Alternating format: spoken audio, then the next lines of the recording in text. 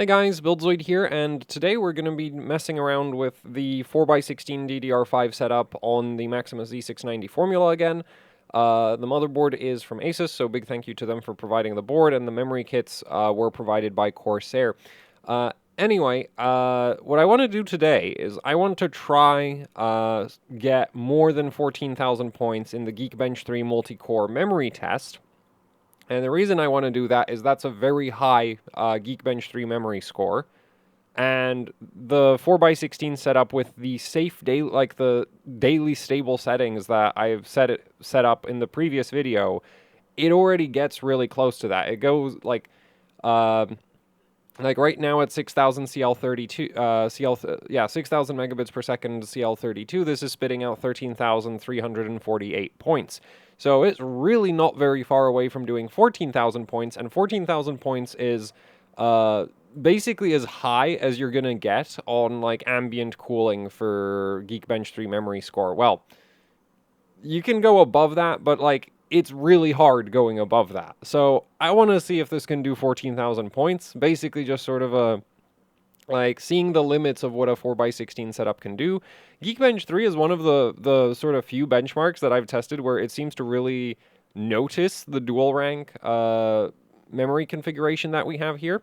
So, because normally a 6,000 CL32 single rank setup would not be getting 13,000 points. Like this is like for 14,000 points, you need typically for single rank, you would need like 6933 megabits per second minimum. Maybe you might be able to do it at 6800, but I'd generally be like I would generally hit that at like 6933 or 7000 ish megabits per second.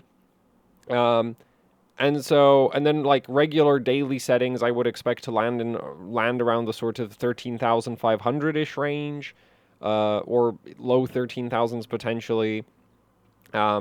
And on stock settings, I think DDR5 generally lands somewhere in like the 11,000, 12,000 points range, but I don't really run things stock very often, so I don't have a reference point. But I do know that 14,000 points is just generally really hard to hit on air cooling. And so I want to see if this can do it, because like it's already pretty close to that. And I think there's headroom. So yeah, anyway, let's restart, go into the BIOS, and like the first step's going to be getting 6200 up and running, or really like the first steps are going to be getting the maximum amount of memory speed possible, because the Geekbench 3 memory benchmark is primarily a memory bandwidth test. Now, it is more sensitive to timing, to memory adjustments than, say, IDA is, but yeah, it is. And also, it seems to be more sensitive to how many memory ranks you have than IDA is. But it is primarily a memory bandwidth test, so we do want as much speed as possible. So 6200 should work just fine. We might... I need to figure out if we have if there's a fast boot option.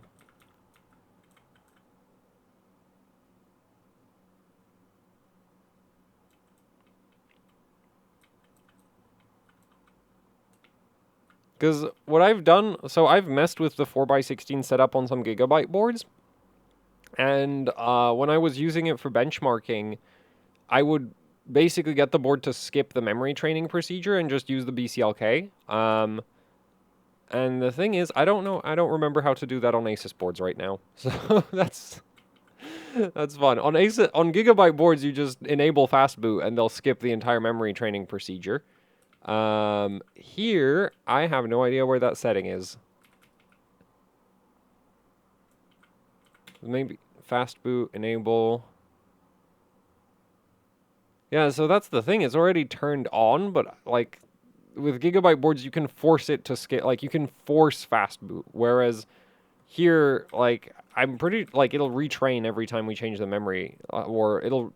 Like, I think it'll retrain every time I change the BCLK, which is what I don't want it to do, but...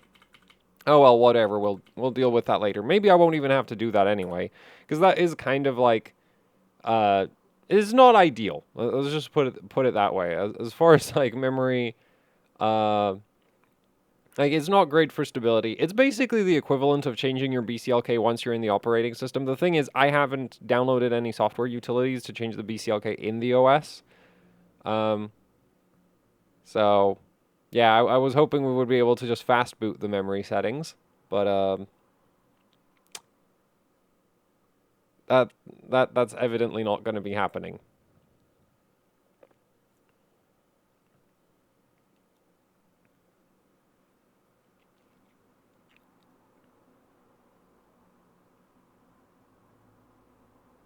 I don't think we'll even need that much memory speed though, because the thing is, like, I've already done a little bit, like I didn't come up with this idea for the video out of nothing. I messed around with this already. And in a couple minutes, I think I was already at like 13,800 points. So I think if I can get 6,300 to train, it'll do 14,000. Now there's also a bunch of timing adjustment that it's going to need, but well, what memory ratios do I have? I have 6,200, 6,400. Okay, yeah, 6,400, like, that's not going to work. So we're going to punch in 101, and I'm also going to save a profile. User profile. Man, this is so... Y16, Hynix,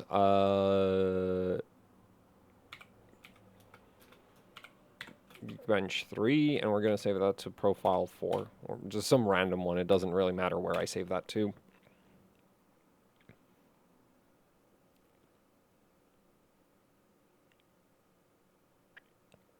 So this is normal, this initial, like, startup boot loop that the board sometimes does.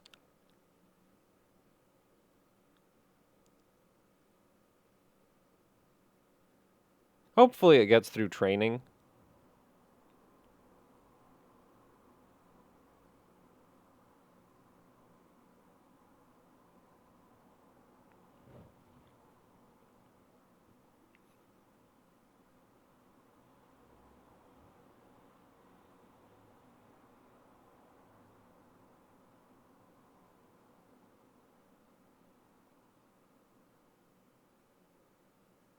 Okay, looks like it worked, I think.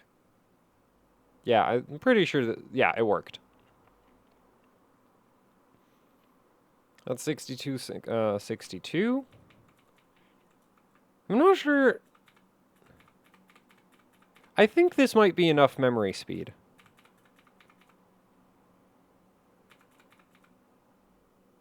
Yeah. I think this might be enough memory speed as is. So, next up, enable 1.5, 1.5, 1.5. We're going to leave the memory controller voltage alone because it's an Asus board. Actually, I'll bump this a little bit.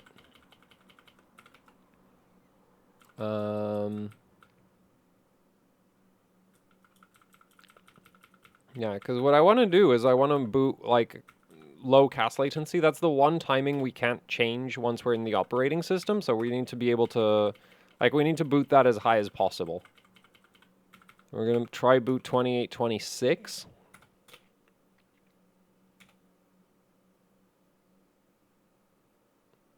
Hopefully that trains.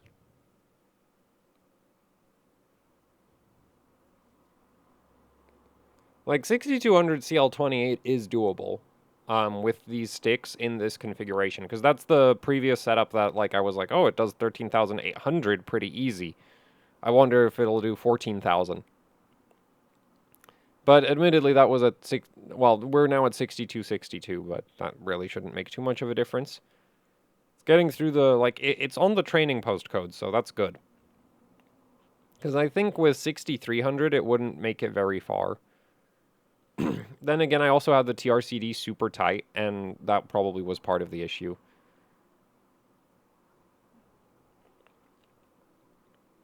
Yeah, okay, so that worked. And so now we're going to fix all of the other timings in the actual operating system. That way we don't have to worry about them being, like, trainable. We just have to worry, like, we can just set them once we're in the OS. It might be worth trying OneT command rate, but I don't think it'll work. Generally speaking, command rate is very... well, it's tough.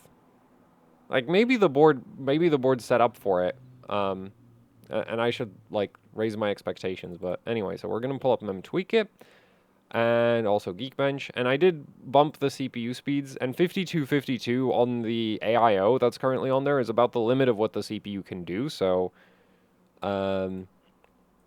let's check that Geekbench doesn't crash right now.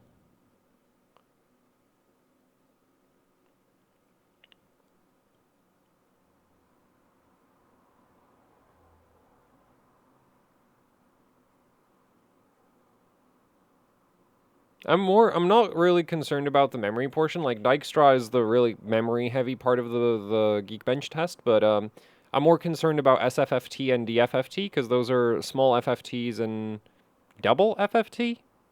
Something FFT. So those are really CPU-heavy loads. But yeah, that just ran just fine. So we don't have to worry about that. And we're already... Oh, yeah, we're... Oh, man. Yeah. Oh, this is really... Yeah, this is fast. Dual rank. Like, that's the thing, is just like... So, yeah, Geekbench evident... So, maybe dual rank does help in other workloads. It's just that, like, normally I would expect dual rank memory to help a lot in, like, LinPack.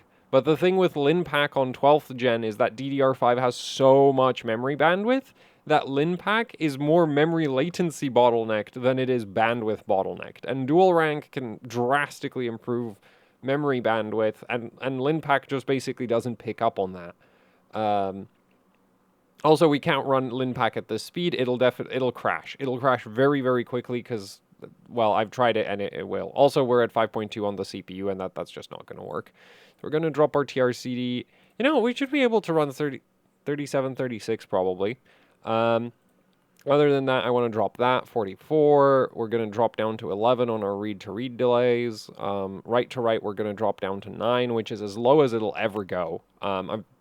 Well, maybe at lower memory speeds it'll go lower, but I've not, like, once you're over 6,000, I've not seen it go any lower than that. Our TWR is pretty loose, so we're going to set TWR pre to, like, 32, and TWR PDEN to 32, and now our TWR is 1.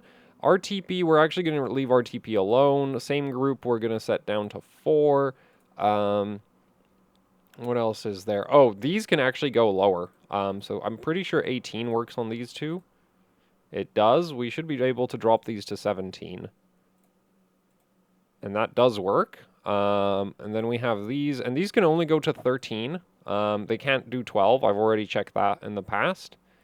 Also, I'm not sure if it's viable to stabilize it with 13 for these, but for daily, it won't really make much of a difference. Like, one of the things to keep in mind with adjusting memory timings is if you're changing a timing that's like 10 by 1, you're reducing you're changing that timing by 10%, and so that one operation on the memory is going to be 10% faster. But, you know, that doesn't mean you're going to get a 10% increase in performance because your memory isn't always doing the same thing. So that's kind of why I'm not too, like, I generally don't worry too much about having all of the timings super duper tight unless I'm benchmarking, because in benchmarking, even like 1% or 0.1% performance gains make the difference between, you know, beating someone and not beating someone. But for daily use, it's like you're not going to notice a 1% performance difference. So anyway, let's run it now. And this should be stable, and I'm sure at this point it has to spit out 14,000. There's no way this isn't doing 14,000 at this point. I think maybe it'll require like rerunning potentially. Might maybe be able also to lower the TRCD a bit more. There's no way this isn't doing 14,000. The crazy thing is, if you had a good enough CPU, you might be able to daily this. Because I'm 99% certain that the problem for me with this setup is the CPU. I think the board, like, has, like, the ability to run, like, I think the board could probably run something like this daily. Maybe not this tight tertiaries, and that's 14,000. Well, that was way too easy. Oh, man, I didn't even blow out the TREFI timing yet. Yeah, that was way too easy. That's just, like, it just spits out 14,000 just like that. That's impressive. Okay, let's bump up the TREFI. That's going to help as well. 322. And we're also going to per bank. Where's per bank? I think it's timings. No, it's timings 3. Oh yeah, there's our per bank. Actually 233. That's not going to make a huge difference to the performance, but that can help.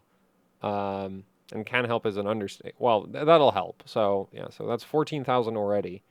That was way too easy. So you could actually daily a 64 gig DDR. Well, if you had a good enough CPU, you could almost certainly daily a DDR5, like 64 gigs of DDR5 with settings that'll spit out 14,000 points in Geekbench. That is a lot of memory bandwidth. That is an absolute ton of memory bandwidth. Because, like, for comparison, Geekbench normally hits 14,000 points on single rank setups at around 7,000 megabits per second. Now, the 7,000 megabits per second setups will generally also have lower memory latency because the higher your memory controller clock, the lower your memory latency is going to get. And one of the downsides to, well, probably one of the biggest downsides to DDR5 is that the memory, like, you're always going to be in gear 2. And so your memory controller runs at 1/2 the memory clock. So for 6200 like 6260 megabits per second, the memory clock ends up being 3130 megahertz, but the memory controller ends up running at 1565. Yeah, yeah, 1565 megahertz. Whereas on DDR4, if you're in gear 1, you're normally going to be running the memory controller all the at 1900 megahertz up to, if you have a really good CPU, you might be able to do 2200 megahertz on the memory controller.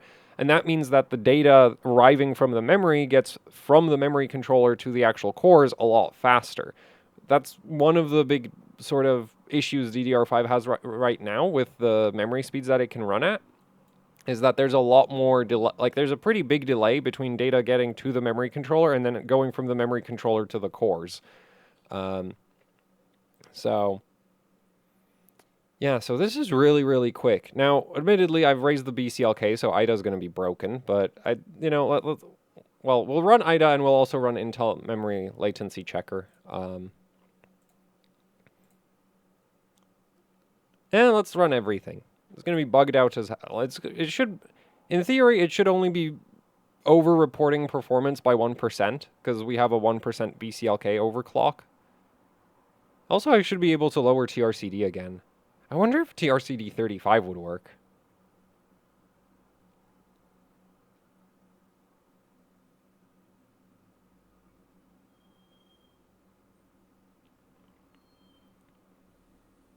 Okay, so we're under 50 nanoseconds on latency, so probably it's actually slightly over 50. Also, with IDA, you generally want to rerun it, and also you generally want to run it first.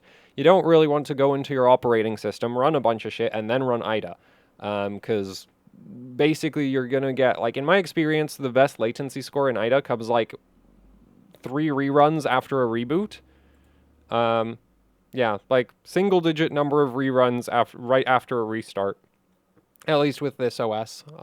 Obviously, I could also run it in safe mode, and then it would be a bit more consistent, but whatever. I'm impressed. Anyway, let's see memory latency checker. Also, I do want to try dropped TRCD, because I don't think I maxed that out last time. So anyway, let's run this. Also, I didn't, like, when I was arguably pre-testing this, I was only using 1.43 volts. And so the TRCD does, on SK Hynix chips, the TRCD does scale a little bit with voltage. So there is potential that it could go even lower now. Like TRCD 35 would be pretty cool. Also, with a lot more voltage, it might be possible to do CL26 at this speed, but I don't really think that's going to be worth it, really. So if I remember correctly, the daily setup for this spits out about 50 nanoseconds for the... I mean, I have the video open, so I can just check. Or the 96... yeah, it bottomed out at 50 nanoseconds. Yeah, so this should comfortably beat that, because we're already at 49, and it's still coming down. Oh, yeah. I just wish this was even remotely stable. Like, with these timings, this is really pushing the limits of what this will do. But the thing is, even with looser timings, 6200 megabits per second on this CPU just isn't, it can't run LinPack. The memory controller just falls over. Yeah, so latency checker is really quick at this point, so that's nice. Like, damn, this is fast. Okay, so let's see if I can do TRCD 36. I can. Can I do TRP 35? Wait, that's 36. 35? Hasn't locked up yet.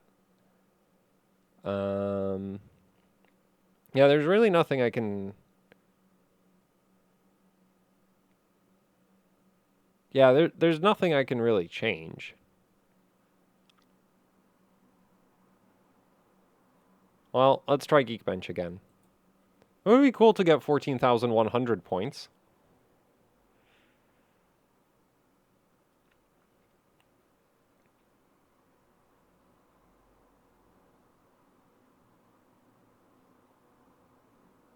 Okay, yeah, so this is too low.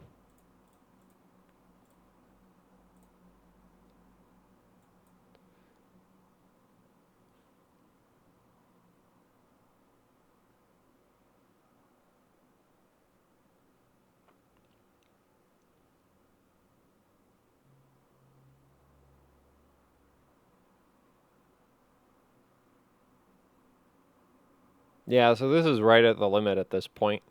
Now, the thing is, TRCD is probably, like, one of the most important timings for overall memory performance, so just changing TRC might be enough to give us an extra 30 points, but also, like, there's run-to-run variants, so just, like, rerunning it a bunch of times could help, but okay, no. 14. Also, multicore score came down for some reason. One more time.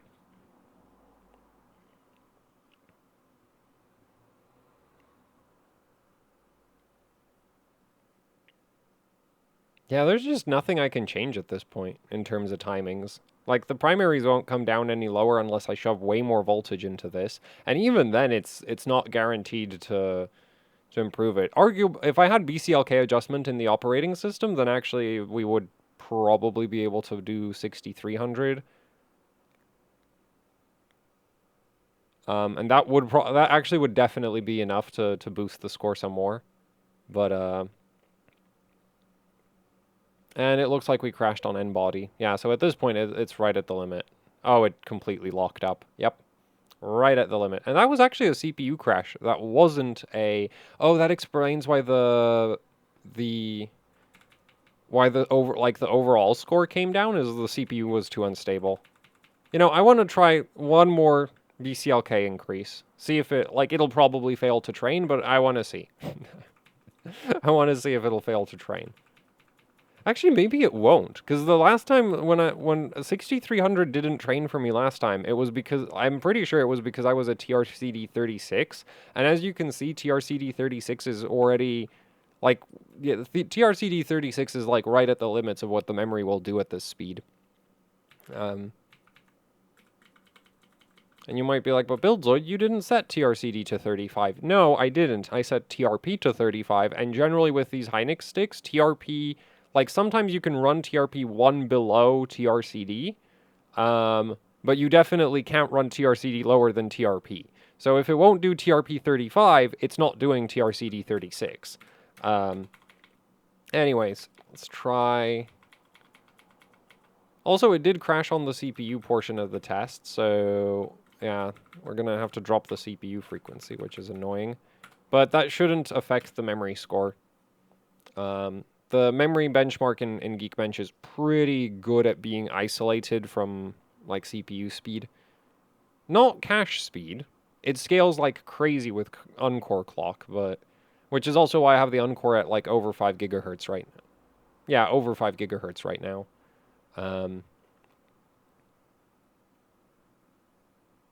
You know, if this trains, we'll actually raise the BCLK again. Because I won't be happy until it doesn't stop until it stops posting. Also, I've seen screenshots of like high-end Asus boards doing 6400 in 4x16. Apparently it was incredibly unstable, which doesn't surprise me. You'd probably need one of the most golden 12th gen memory controllers ever to run 6400 on 4x16. And actually, no, it won't train. Yeah, so that 5C00, that's a fail. Okay, so I guess that is it. It is maxed out. But still, like, so 14,079 points is the limit for this on ambient. I'm kind of wondering what would happen with liquid nitrogen. Oh, and we didn't try OneT command rate. You know what? We can do a quick test of OneT. We're gonna do a very quick test of OneT. It'll probably fail to train instantly. Yeah, we'll see.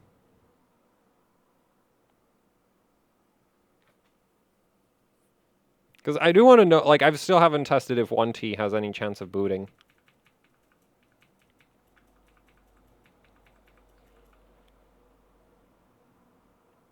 I think I hit the clear CMOS button. It's kind of frustrating. I think... Did I? Yeah, I did. Yeah, unfortunately, the clear CMOS, like, there isn't a standard position for the clear CMOS button, so unlike some motherboards, it's actually... So a lot of motherboards will have it as the top button, but some boards have it as the lower button, and that's really annoying. Now, it's standard, like, each manufacturer has, like, their preferred location for the clear CMOS button, so...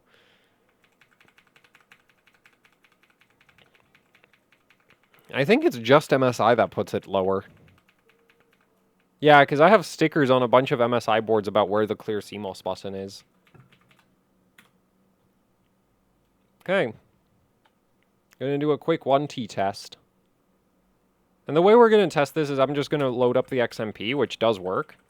Also, it would be interesting to just see how the XMP performs. Oh, wait. Oh, this is rather annoying. Okay, we're not gonna check how the XMP performs because I need to reset up all the CPU settings and I don't feel like doing that. So, yeah, we're gonna enable the XMP. We're gonna drop the memory speed a bit. And now we're gonna go to 6,000. And like, here's the thing: if OneT works at some pathetically low speed, that's not helpful. Like, if it works at 4,800, that's just not freaking worth it.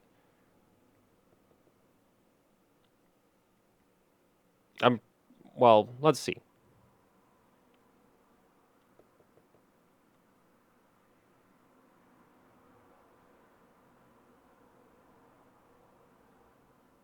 If this boots OneT, I'll be extremely impressed. I mean, I'm already impressed that this runs freaking 6262 CL28 at all, but if it boots OneT, that, like, if it could run CL28 OneT at 6262, that would basically push it over 14,100. That really should push it over 14,100. It might even go above that. Oh, wait, we're on 5C? 00. Okay, won't do OneT. I don't think it'll do OneT. I wonder if it'll do it with 2 sticks, but I feel like that's just making this video way longer than it needs to be. The point of this video was to break, was to test 4x16, see if we can do 14,000 points in Geekbench 3 multi-core memory test, and the answer is yes. So, yeah. Now, like, imagine if I had a CPU that was actually strong enough to daily that. That would be really cool. Or at least I think that would be really cool. Not that, like, it would be a hugely noticeable difference going from, 13,300 points in Geekbench to 14,000 points, but it would be cool. Yeah, so I'm not sure that I'll be doing any 2DIMM testing, because I do also have a B660-F from Asus, and it would be probably worth it for me to check out some less insanely priced, test some memory overclocking on a less insanely priced motherboard. But yeah, like 4x16 on the formula works way better than I ever thought it would. and OneT command rate doesn't work. But that really doesn't surprise me, and it's not real. Like the thing is, at this point, I think most boards have OneT command rate support, but early on, OneT command rate didn't work with DDR5 even in single rank. So the fact that it doesn't work in dual rank, it's just kind of like, whatever. Anyway, that is it for the video. So yeah, thanks for watching. Like, share, subscribe, leave any comments, questions, suggestions down in the comment section below. If you'd like to support what I do here with actually hardcore overclocking, I have a Patreon. There is a link to that down in the description below. There's also the AHOC Teespring store where you can pick up shirts, hoodies, posters, you know, the usual YouTuber merch. There's a link to that down in the description below, and I also have a Bandcamp where I post like industrial metal background noise type stuff. So if you'd like to check that out, there's a link to that down in the description below as well. And that is it for the video. So yeah, thanks for watching, and goodbye.